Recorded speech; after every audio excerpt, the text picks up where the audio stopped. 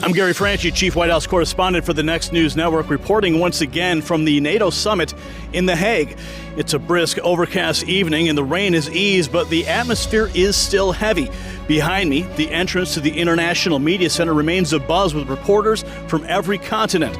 And just minutes from now, President Trump is expected to land right here in the Netherlands.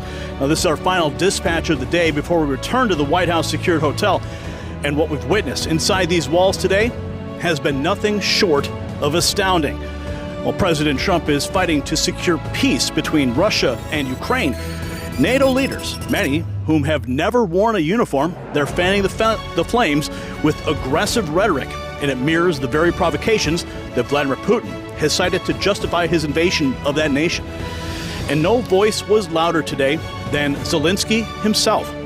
President Zelensky, he wasted no time warning NATO leaders that Russia is preparing new military operations, not just in Ukraine, but on NATO territory itself.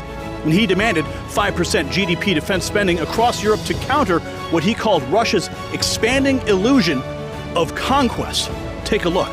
Russia is even planning new military operations on NATO territory, meaning your countries, and this war is now on in Ukraine, and it's to get prepared, well, to be ready. No doubt we must stop Putin now and in Ukraine, but we have to understand that his objectives reach beyond Ukraine. European countries need to increase defense spending. We believe that 5% of GDP is the right level. A united Europe can create a defense capability that will destroy Russia's illusion that war with Europe could bring it anything. To kill that illusion faster, we must take away Russia's ability to continue this war against Ukraine with impunity. Now, what's alarming here isn't just the warning, it's the escalation. This is the very talk that convinced Putin that NATO is not just a defense alliance, but an offensive threat.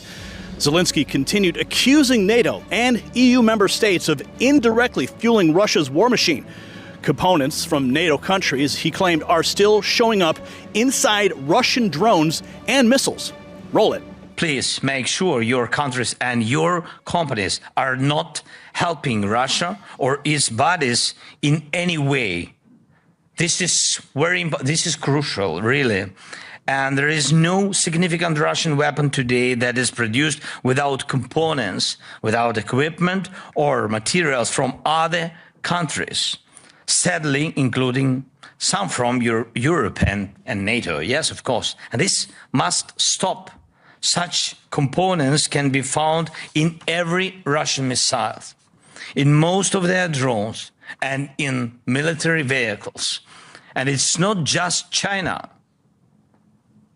Also, Taiwan and some of these parts come from the European countries and from the United States. And every single component or machine tool delivered to Russia's defense sector helps prolong the war and is a crime against peace. Now, that's a bombshell admission. If true, it would suggest that while governments talk peace, their industries may be prolonging the bloodshed. And Zelensky is using that to demand total severance from Russia, economically and militarily. And he didn't stop there. Zelensky drove the threat home, warning that aiding Russia, even inadvertently, is a threat to every NATO country's way of life. Watch.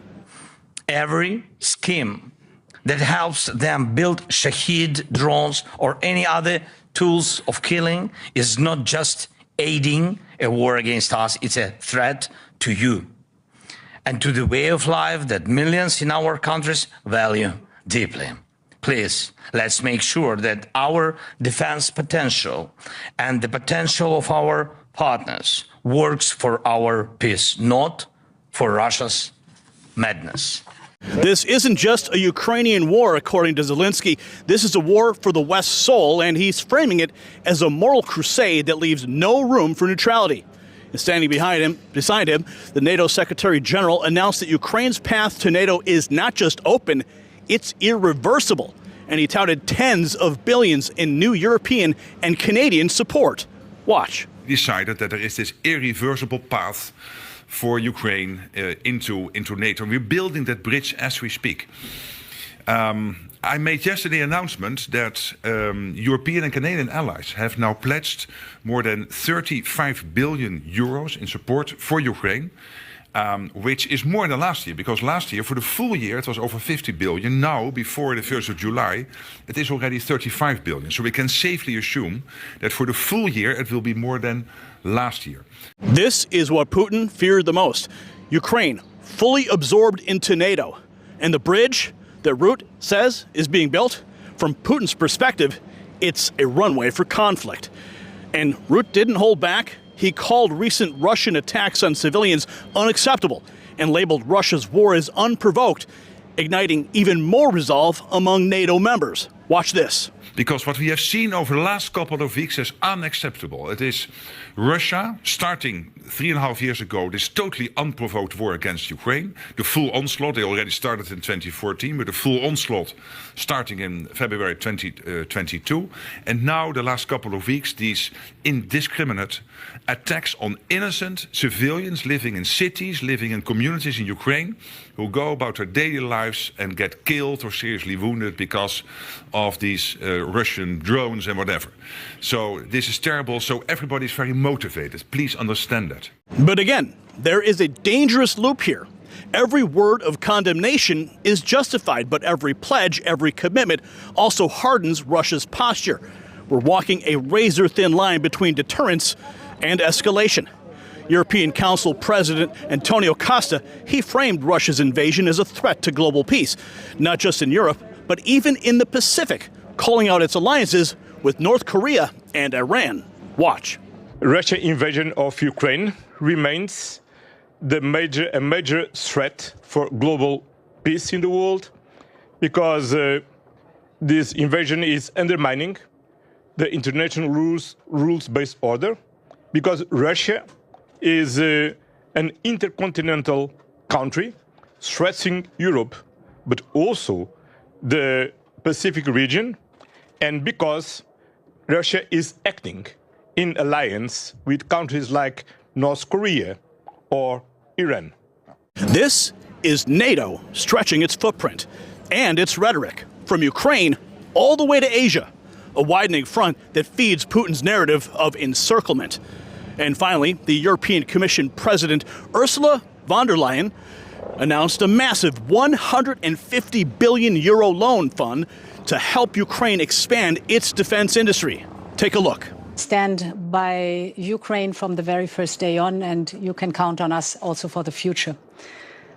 We have just discussed how important it is for Ukraine to invest in the extraordinary, agile and innovative Ukrainian defense industry.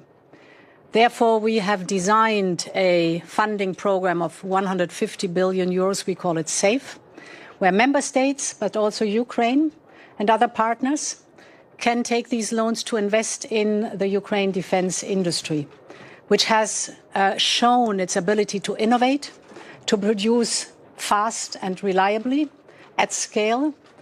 We can learn a lot from you, what that is concerned, but in this way we can support you also for the survival of Ukraine. 150 billion euros. That's not just support, that's permanent entrenchment. And you can hear the military helicopters above me. And the defense industry build out, it ensures the war, or at least preparations for more, continues for years to come. Now, President Trump is on his way, and make no mistake, he is arriving at a summit that is speaking the language of war, while he alone speaks the language of peace through strength. While NATO leaders draft bridges to permanent military integration, Trump is trying to build a bridge to peace. And that is the great divide that is now staring us all in the face. For the Next News Network, standing at the edge of diplomacy, I'm Franchi, and we'll see you tomorrow.